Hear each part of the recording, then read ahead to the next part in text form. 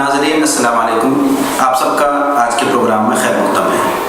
नाज़रीन, आज हम बात करेंगे सोशल मीडिया पे।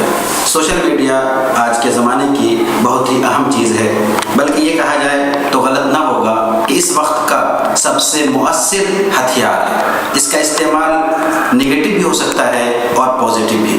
हमारे अक्सर नौजवान जिनकी जेबों में ये बड़ा सा मोबाइल पड़ा होता है और वो अपने वक्त का ज़्यादातर हिस्सा लहव व लईब में, तफरीह में गुजारते हैं। क्या इस मीडिया का इस्तेमाल बस इतना ही है?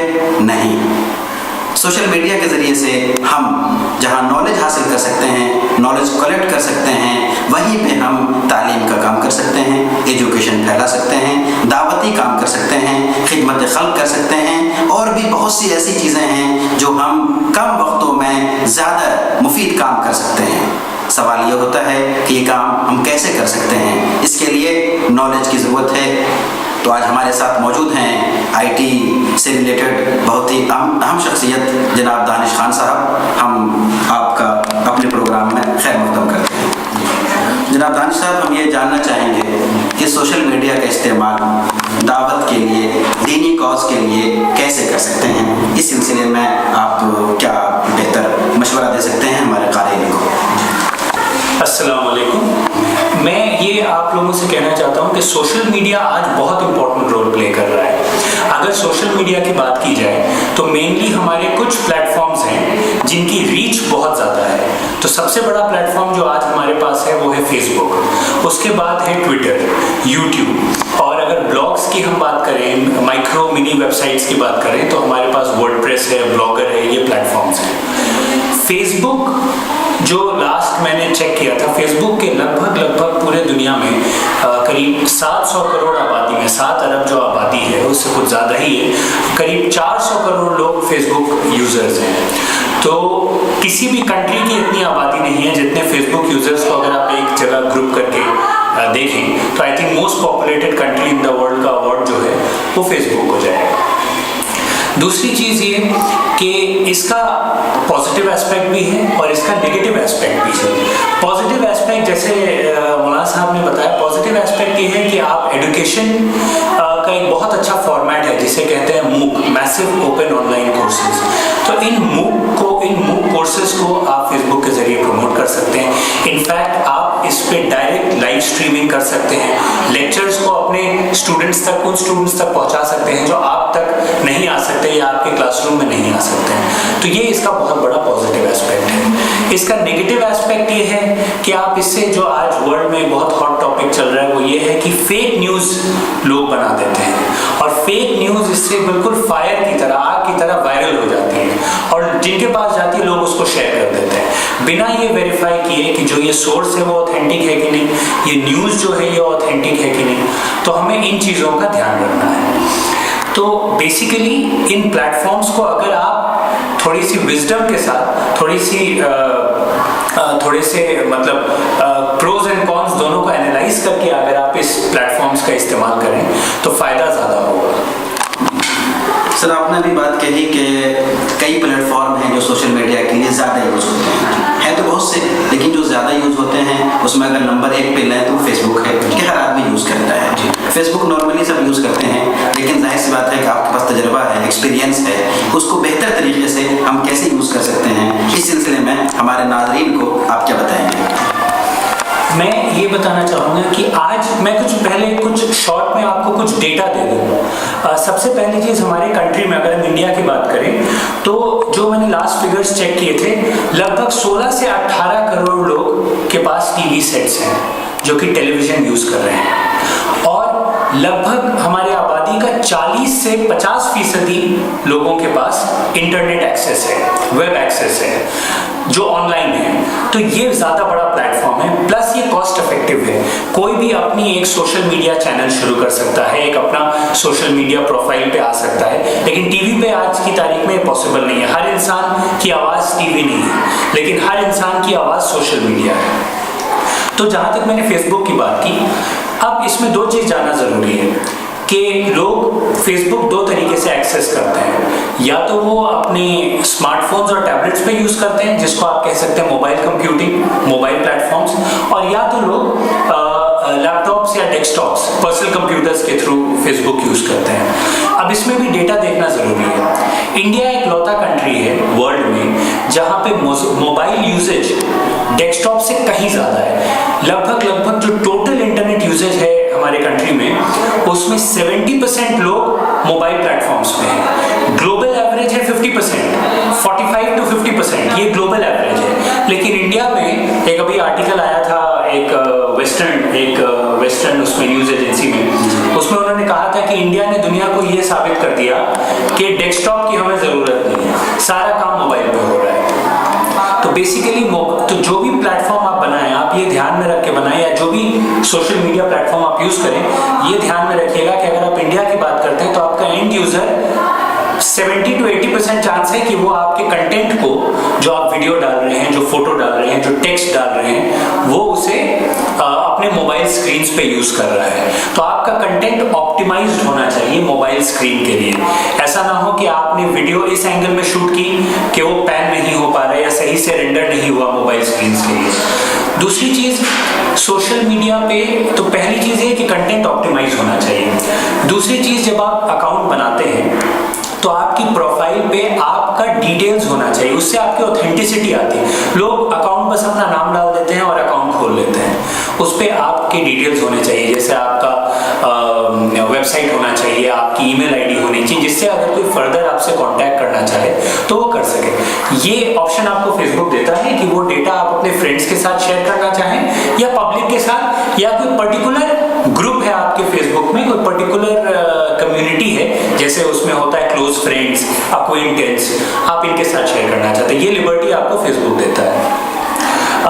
तो और एक और चीज़ की मैं इसमें बात ऐड करना चाहूँगा कि हैशटैग्स का इस्तेमाल करें, कि बिना हैशटैग्स के आपका कंटेंट उस रेलेवेंट टॉपिक के नीचे कैटेगराइज नहीं हो पाता है। फॉर एग्जांपल, अगर आप दीन की बात कर रहे हैं तो आप हैशटैग इस्लाम ज़रूर यूज़ करें, तो टॉपिक से रिलेटेड हैशटैग्स यूज़ करें।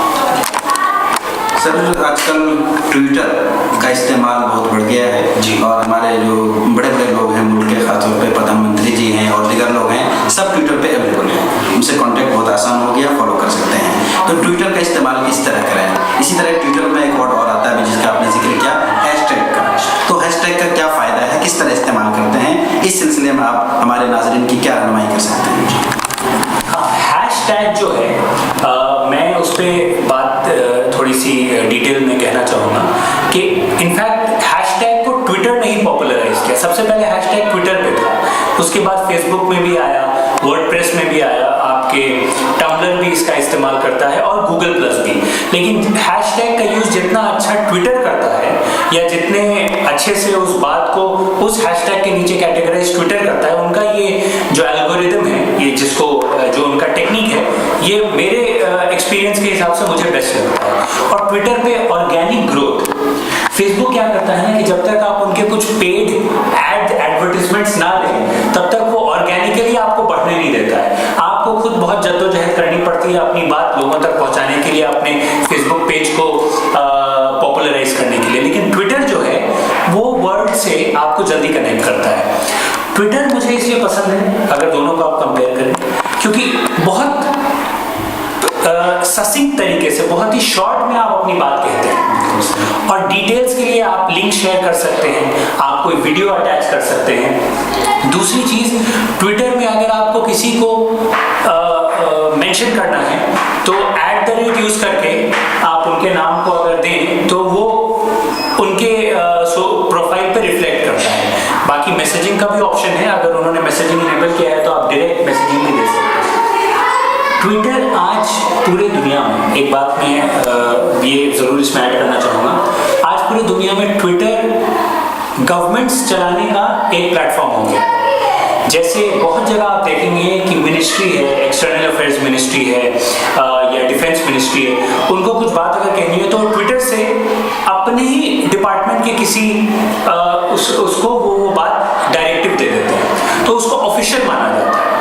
अगर ट्विटर पे हमारे प्रधानमंत्री जी ने कोई बात कही तो वो ऑफिशियल होता है, उनके ऑफिशियल अकाउंट से गया। तो ये जब ये प्लेटफॉर्म्स नहीं थे तो एक वेबसाइट ही एक जरिया था। आज तो कुछ भी हमें जानना होता था कि ऑफिशियल स्टेटमेंट क्या है, तो हमें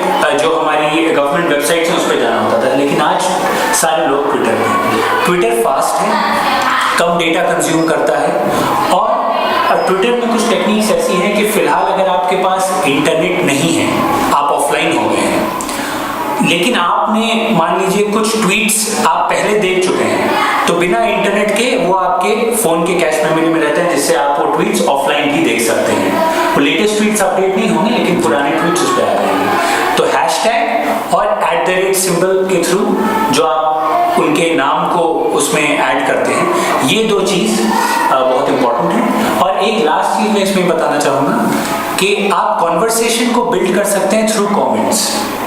जैसे लोग अक्सर ये कंप्लेन करते हैं कि ट्विटर पे हमारी बात पूरी नहीं हो पाती क्योंकि कैरेक्टर लिमिट है। तो उसका एक वर्क अराउंड ये है कि नीचे जो कमेंट्स हैं, तो आप उसी बात के नीचे सीरीज में अगर आप कमेंट करते जाएं तो पूरी एक कॉन्वर्सेशन आप बिल्ड कर सकते हैं अपने टॉपिक की।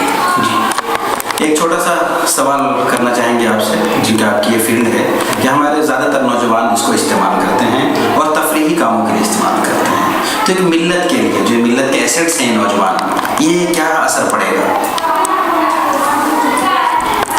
ये माशाल्लाह बहुत अच्छी आपने बात कही है। मैं भी थोड़ा ऑब्जर्व करता हूँ कि आप कहीं भी चले जाइए, लोगों के जेब में 5.5 इंच का एक स्मार्ट डिवाइस है, एक कंप्यूटर है, पोर्टेबल कंप्यूटर है, और लोग ये नहीं रियलाइज़ करते हैं कि ये कितनी पावरफुल चीज़ है। अभी मैं एक यूट्यूब पे एक इंटरनेशनल स्पीकर है, यूएस प्रेसिडेंट की जो पूरी मिलिट्री सेटअप थी वो एक सिंगल डिवाइस उससे ज़्यादा पावरफुल है। तो टेक्नोलॉजी इतनी जल्दी, मतलब वो खासतौर से वो आईफोन के लिए कह रहे थे, जो आईफोन 10 आया है, जो आप यूज़ कर रहे हैं, ये शायद रोनाल्ड रीगन या अमेरिकन प्रेसिडेंट थे निक्सन के बारे में कह रहे थे कि उनकी जो पूरी पेंटागन का इस्टेब्लिशमेंट के कंप्यूटर की जो टोटल कंप्यूटिंग पावर थी वो आज एक फोन पे आ गई है। लेकिन हम लोग इसका सही इस्तेमाल नहीं कर रहे हैं। मैं शॉर्ट में बता दूं, नौजवान ज़्यादातर जोक्स शेयर कर रहे हैं, वीडियोस देख रहे हैं, पिक्चरें देख रहे हैं, अपना टाइम और अपने कंप्यूटिंग पावर दोनों की वो दोनों को वेस्ट कर रहे हैं। इससे, इस फ़ोन से कुछ रिमार्केबल चीज़ें मैं आपको बता देता हूँ, जो कि लोग, इससे आप अपनी पूरी हेल्थ की प्रोफाइल कर सकते हैं। जैसे कोई अगर शख्स बीमार है, उसको डायबिटीज़ है, तो इस स्मार्टफोन पे अगर वो जो हेल्थ ऐप्स आते हैं उसको सही से, तो अपनी पूरी हेल्थ की मॉनिटरिंग वो कर सकते हैं कि कितने स्टेप्स चले, कितने कैलोरीज बर्न हुई। तो एक तो हेल्थ मैनेजमेंट आप पूरा अपने मोबाइल पे कर सकते हैं, नंबर 1।